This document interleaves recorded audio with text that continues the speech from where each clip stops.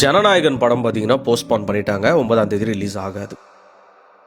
என்ன ப்ரோ சொல்கிறேன், என்ன நடந்ததுன்னா நான் கிளியராக எக்ஸ்பிளைன் பண்ணுறேன், நல்லா கேளுங்க. டிசம்பர் 19ஆம் தேதி இந்த படத்தை சிபிஎஸ்சி கொடுத்துட்டாங்க. எதுக்கு ரிவ்யூ பண்ணுறதுக்கு. அவங்களும் ரிவ்யூ பண்ணிட்டு ஒரு 21 சீன்ஸ் பார்த்தீங்கன்னா கட் பண்ண சொல்லியிருந்தாங்க. 21ஆம் தேதி இதுக்கான கட்ஸ்லாம் பண்ணிட்டு மறுபடியும் படத்தை சப்மிட் பண்ணியிருக்காங்க. அதுக்கப்புறம் இப்போ வரைக்குமே பார்த்தீங்கன்னா சிபிஎஃப்சி சைட்ல இருந்து இதுக்கான சென்சார் சான்றிதழ் கொடுக்கல. ஸோ ப்ரொடக்ஷன் ஹவுஸ் என்ன பண்ணியிருக்காங்கன்னா, நாங்கள் கோர்ட்டில் போயிட்டு ஒரு கேஸ் ஃபைல் பண்ணுறோம்னு சொல்லிட்டு நேற்று ஹைகோர்ட்டில் போயிட்டு மெட்ராஸில் பண்ணியிருந்தாங்க.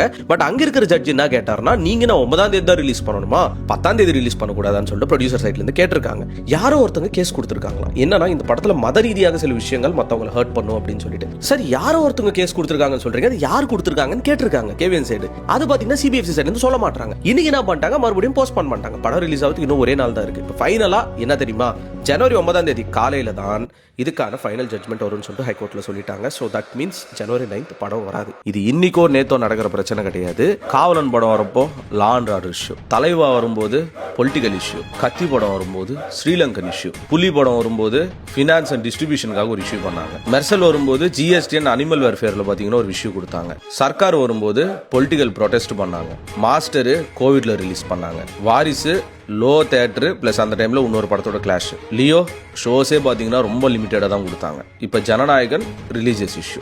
என்ன ஒரு வருத்தமான விஷயம்னா, தமிழ் சினிமால எத்தனை நடிகர்கள் இருக்காங்க, யாராவது ஒருத்தராவது இதை பத்தி குரல் எழுப்பியிருக்காங்களா? அண்ட் இன்னொரு படத்துக்கு பாத்தீங்கன்னா இதை விட லேட்டா அப்ளை பண்ணிருக்காங்க சென்சார், அதுக்கு கொடுத்துட்டாங்க. அதுல கான்ட்ரோவர்ஷியல் டைலாக்லாம் இருக்கு.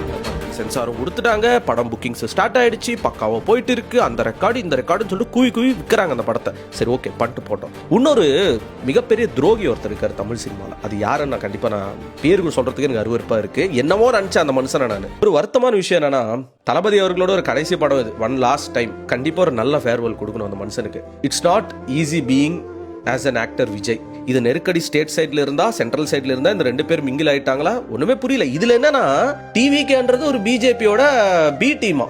இங்க என்ன தெரியுமா பிரச்சனை, இந்த படம் கிடையாது, வேற நடிகர் வச்சுதான் படத்தை ரிலீஸ் பண்ணி விட்டுருப்பாங்க. இங்க பிரச்சனை என்னன்னா, தளபதி விஜய் கான்ட்ரவர்ஷியல் இல்லாத படமே கிடையாது இந்தியால, அப்படிதானே? துரந்தர் ஒரு படம் வந்துச்சு இல்ல, அது கான்ட்ரவர்ஷியல் படம் கிடையாதா? ஏன் அனிமல் ஒரு படம் வந்துச்சு பாலிவுட்ல, அது கான்ட்ரவர்ஷியலான படம் கிடையாதா? கேஸும் போடுவாங்க, படத்தையும் ரிலீஸ் பண்ணுவாங்க. அப்பலாம் சென்சார் போர்டு என்ன பண்ணிட்டு இருந்தாங்க, உப்புகளை சாப்பிட்டு இருந்தாங்களா? நான் கேக்குறேன். பிரச்சனைகள் வரும் கைஸ், ஒன்னும் பண்ண முடியாது. ஆஸ் ஆஃப் நோ இதுதான் ஒரு கசப்பான உண்மை. Let's wait for an update. அந்த மனுஷனா இருக்கிறது கஷ்டம் தான், அவரோட ஃபேன்ஸா இருக்கிறது கஷ்டம் தான். தமிழ் சினிமா ஒருத்தர் கூட இதை பத்தி பேசல பாத்தீங்களா? ஒரு ஆறுதலா கூட. அங்க நிக்கிறீங்கடா நீங்களா.